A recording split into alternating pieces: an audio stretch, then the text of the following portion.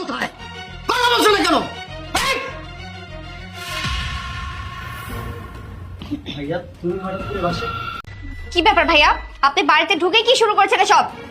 তুমি চুপ করো। আজকে আমার আর কোনো বাধা নেই, আজকে আমার কোনো ভয় নেই তোমাকে সব সত্যি বলাতে। আমি এতদিন তোমাকে বলতে পারিনি ভয়ে, আমি আজকে তোমাকে মুন্না, এই মুন্না এদিকে আসো। কি হয়েছে? কি হয়েছে? তোমার মা আমার বিছানায় কি করছে? বাবারে, আমি তো এমনি অসুস্থ মানুষ, আমার একটু ঘুম আসা পড়ছিল, তাই তোমার বিছনায় এসে শুয়ে। তুমি দাঁড়িয়ে দাঁড়িয়ে এখনো কি দেখতেছো? হ্যাঁ, এই মহিলাকে বাসা থেকে বের করে দিচ্ছ না কেন? দেখো, তোমাকে কিন্তু আমি আগেও বলেছি, তোমার মা যদি এই বাসায় থাকে আমি কিন্তু থাকবো না। এখান থেকে বের হয়ে যাও। কি বলতেছো এগুলি? কি বলছি মানে? আমি ঠিকই বলছি, তুমি তোমার আপন মা না, তুমি আমার সৎ মা, তোমাকে বের করে দেবে কি? যাও তুমি। এমন আচরণ করবো কি করবো? এই গন্ধ শরীর নিয়ে আর কোথাও জায়গা পায় না, আমার বেড়ে শুয়েছিল। তুমি তো জানো ভাই, মা অসুস্থ, হয়তো অসুস্থ। সৎ মা, আপন মা না। ভাই, সৎ মা ঠিক আছে, কিন্তু এই মাই তোমাকে ছোটবেলা থেকে এত বড় করেছে। মানুষ এত বেশি কথা বলতেছিস কেন? বেশি কথা বললে কিন্তু তোকেও ঘাড় ধাক্কা দিয়ে বাসা থেকে বের করে দেব।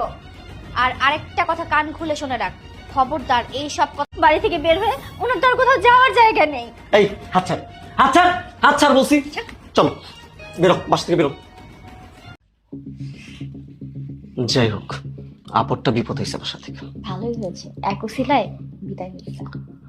এদিকে পাটুলে খাবো আর চাকরির কাজ করবে আর ওর জামাই টাকা পাঠাবে।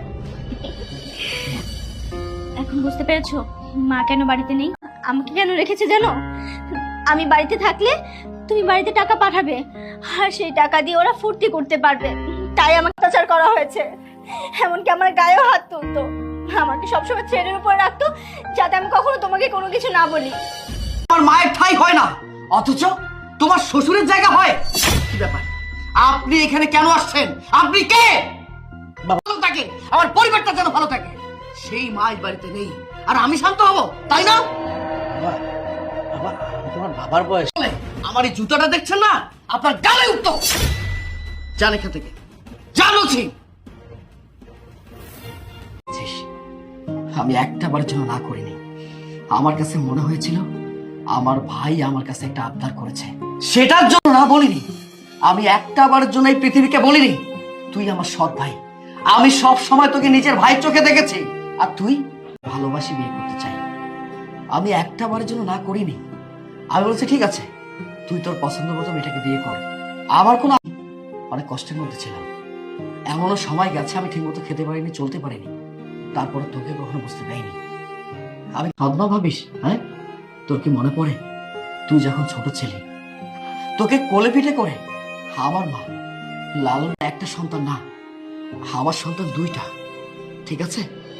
আমি সেটা বিশ্বাস করেছি। আমার কাছে মনে হচ্ছে হ্যাঁ, এইসব কথা মনে পড়েনি? হ্যাঁ, তোর বুকটা কাঁপলো না? যে মা আমার জন্য এত কিছু করেছে, সেই মাকে আমি কিভাবে ঘাড় ধাক্কা দিয়ে বাড়ি থেকে বের করে, এখন আমার মা গন্ধ হয়নি, এখন গন্ধ হয়ে গেছে, তাই তো? ঠিক আছে, আরেকটা কথা, তুই আমার মাকে এই বাড়ি থেকে তাড়িয়ে দে।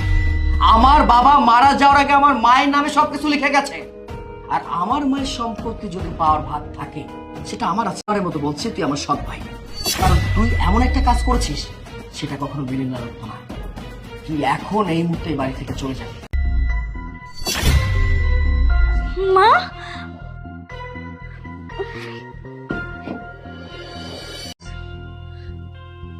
আরে মুন্না তোর ছোট ভাই, ও না হয় অন্যায় করছে, একটা ভুল করে ফেলাইছে। আরে তুইও আমার যেমন সন্তান, ও আমার আরেক সন্তান।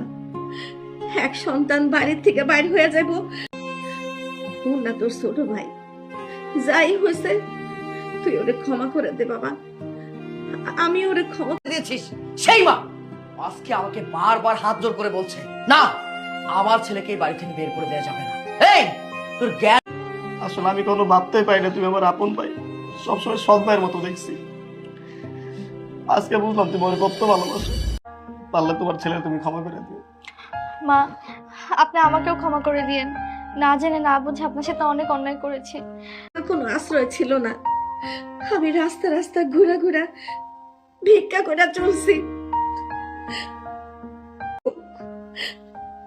আমি মা হয়ে তোর কাছে ভিক্ষা চাইতেছি বাবা, তুই মুন্নারে ক্ষমা করে দে।